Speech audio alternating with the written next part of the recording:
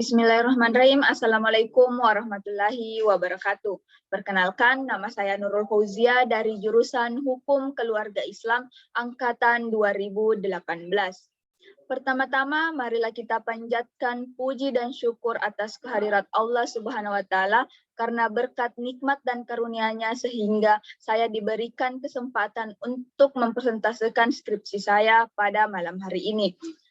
Salam serta salawat tak lupa kita kirimkan kepada junjungan Nabi kita, Nabi Muhammad Sallallahu Alaihi Wasallam yang telah membawa kita dari alam kegelapan menuju alam yang terang benderang seperti yang kita rasakan pada saat ini.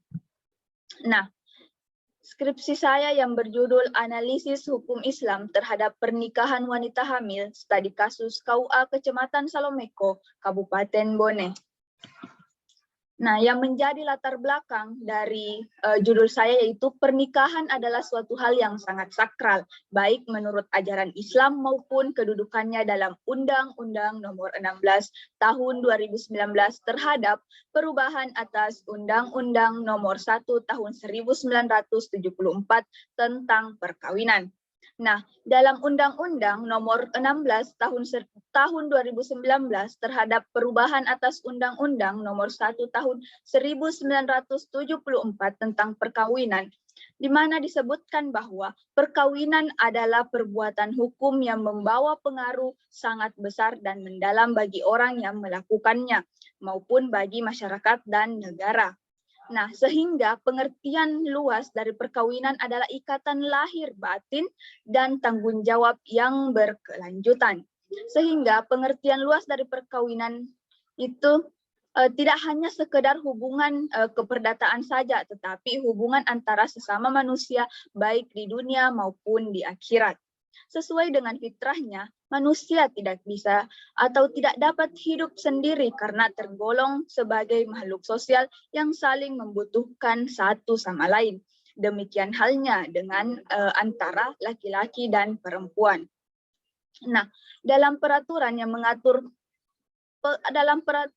mengatur masalah kawin hamil di Indonesia secara khusus diatur dalam pasal 53 kompilasi hukum Islam, meskipun tanpa mengatur adanya masa iddah bagi wanita hamil tersebut. Namun dalam kompilasi hukum Islam pada pasal 53 ini dijelaskan tentang kebolehan melangsungkan perkawinan bagi perempuan yang hamil di luar nikah akibat zina.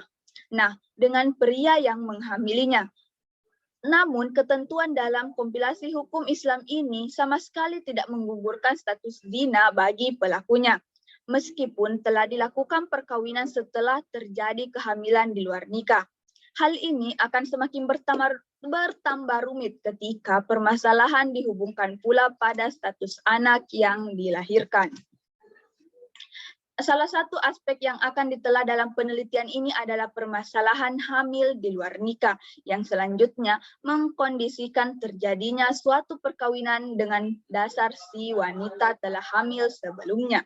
Pelaksanaan perkawinan dengan dasar si wanita telah hamil sebelumnya, baik dari hukum Islam maupun hukum perdata, memberikan akibat hukum untuk sah atau tidaknya perkawinan tersebut.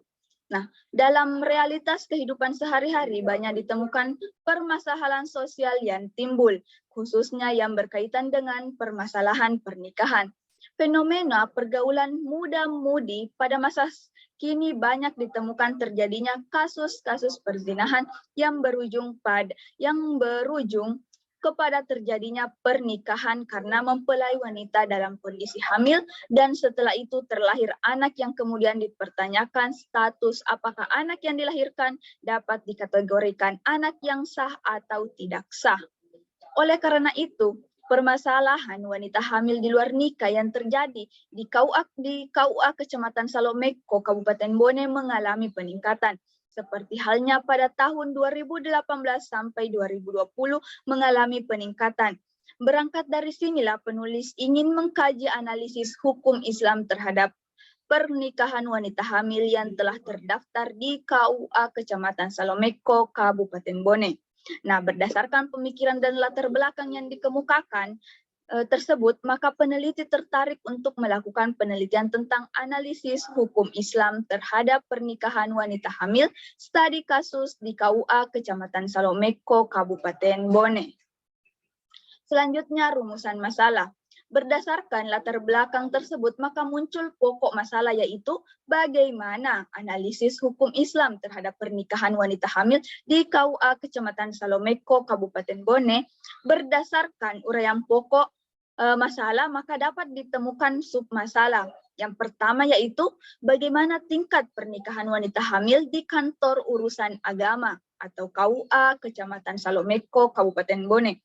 Yang kedua yaitu bagaimana kekuatan hukum perkawinan wanita hamil di kantor urusan agama atau KUA Kecamatan Salomeko, Kabupaten Bone. Nah, selanjutnya yaitu hasil penelitian dan pembahasan. Di sini kita akan menjawab rumusan masalah yang pertama, yaitu tingkat pernikahan wanita hamil di kantor urusan agama KUA Kecamatan Salomeko, Kabupaten Bone. Nah, dapat dilihat dari tabel, kita mengambil dari 2018 sampai 2020, di mana tahun 2018 itu terdapat 5 orang, sedangkan 2019 ada 6 orang, dan 2020 ada 10 orang. Nah, jumlah keseluruhannya adalah 21 orang. Nah, dari tabel tersebut, jumlah penduduk yang melakukan pernikahan wanita hamil di KUA Kecamatan Salomeko, Kabupaten Bone dari tahun 2018 sampai 2020 mengalami peningkatan. Nah, data tersebut peneliti dapatkan dari hasil wawancara dengan pihak KUA, tokoh masyarakat, dan tokoh agama dari setempat. Nah, dari hasil wawancara yang dilakukan penulis, ditemukan faktor-faktor yang melatar belakangi terjadinya perkawinan wanita hamil di Kecamatan Salomeko, Kabupaten Bone. Nah, yang pertama yaitu kadar keimanan rendah. Maksudnya adalah kurangnya kesadaran orang tua terhadap pendidikan agama untuk anaknya dalam mendekatkan diri kepada Allah Subhanahu wa Ta'ala. Yang kedua yaitu pergaulan bebas.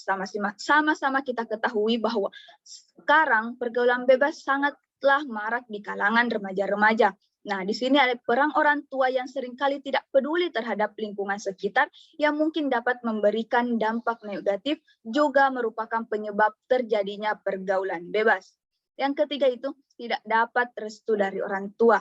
Nah, faktor ini pula yang sering terjadi karena tidak ada restu dari kedua, misalnya dari salah satu mempelai. Nah, jadi merupakan hal yang sangat penting, yang dimana jika orang tua terlalu memperhatikan bibit, bobot, dan bebetnya sehingga menyebabkan anak-anak mengambil jalan pintas jalan pintas agar dapat direstui. Nah, yang keempat itu kurang adanya hukuman bagi pelaku. Nah, tidak ada hanya hukuman yang mengikat mengenai perzinahan, juga menyebabkan hal ini sudah menjadi hal lumrah bagi remaja saat ini. Yang terakhir yaitu kurang adanya penyuluhan di KUA setempat. Nah, kurangnya penyuluhan tentang buruknya nikah hamil ini menyebabkan kurang kesadarannya masyarakat terhadap hal tersebut. Seharusnya pihak KUA lebih memperhatikan hal-hal yang dianggap kecil namun berdampak buruk bagi masyarakat yang mengalami pergaulan bebas. Selanjutnya itu rumusan masalah yang kedua yaitu kekuatan hukum perkawinan wanita hamil di kantor urusan agama KUA Kecamatan Salomeko, Kabupaten Bone.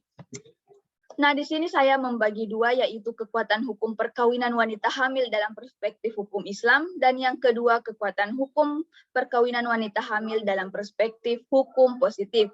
Yang pertama yaitu kekuatan hukum perkawinan wanita hamil dalam perspektif hukum Islam. Nah, menurut saya karena dari beberapa mazhab fikih di Indonesia, ini yang paling berpengaruh adalah mazhab Syafi'i yang membolehkan pernikahan wanita hamil. Maka ketentuan hukum terkait pernikahan wanita hamil tersebut dalam hukum Islam, maka pernikahan yang dilakukan memiliki kekuatan hukum sehingga pernikahan tersebut sah.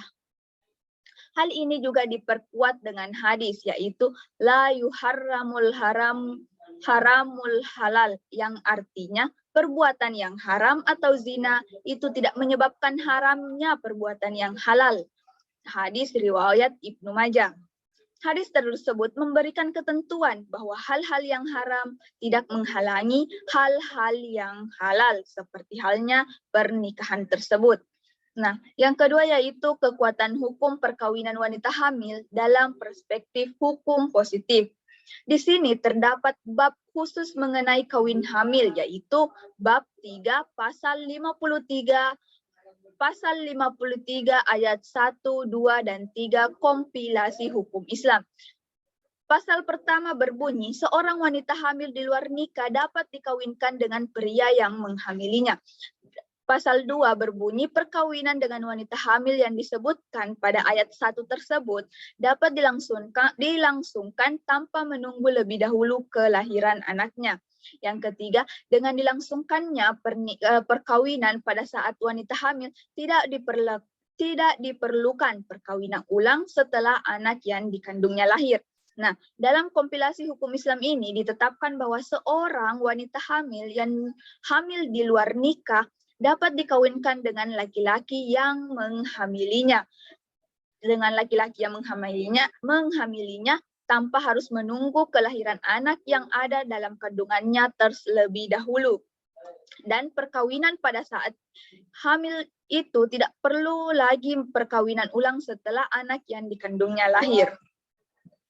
Nah, dalam praktiknya sebagai hasil wawancara dengan Bapak Yusron Ahsani SPD yang berumur 58 tahun, beliau merupakan penyuluh agama pada kantor urusan agama Kecamatan Salomeko, Kabupaten Bone, di mana kantor-kantor urusan agama Kecamatan Salomeko, Kabupaten ini tidak menjadikan keterangan atau pernyataan hamil tidaknya calon mempelai perempuan sebagai syarat pencatatan. Nah, yang artinya dengan demikian dapat diketahui bahwa kantor urusan agama Kecamatan Salomeko Kabupaten Bone yang menjadi wujud pelaksanaan ketentuan hukum positif dalam melakukan pencatatan nikah tidak mempersoalkan hamil tidaknya calon mempelai perempuan, sehingga pernikahan wanita hamil dalam hukum positif sah sepanjang syarat-syarat lain yang dipersyaratkan oleh ketentuan perundang-undangan terpenuhi. Selanjutnya yaitu kesimpulan. Dari hasil penelitian dilakukan oleh peneliti dengan judul Analisis Hukum Islam terhadap Pernikahan Wanita Hamil, studi kasus KUA Kecamatan Salomeko, Kabupaten Bone, peneliti dapat menyimpulkan yang pertama, jumlah tingkat pernikahan wanita hamil dipengaruhi oleh beberapa faktor. Penyebab terjadinya perkawinan hamil di luar nikah menurut tokoh dan masyarakat Kecamatan Salomeko. Terjadinya fenomena karena kurangnya penyuluhan dari aparat yang berwenang tentang hukum perkawinan, dan di mana fenomena perkawinan akibat perzinahan selain dari pihak orang tua juga dari tingkat keagamaan pada masyarakat Kecamatan Salomeko sangat kurang. Kegiatan peribadatan yang ada kurang begitu diperhatikan, misalnya dengan banyaknya musola kurang begitu digunakan untuk berjamaah oleh masyarakat setempat, yang remaja-remaja sudah malu mengikuti kegiatan pengajian. Nah, adanya peringatan Hari Besar Agama diisi dengan ceramah agama kurang merespon.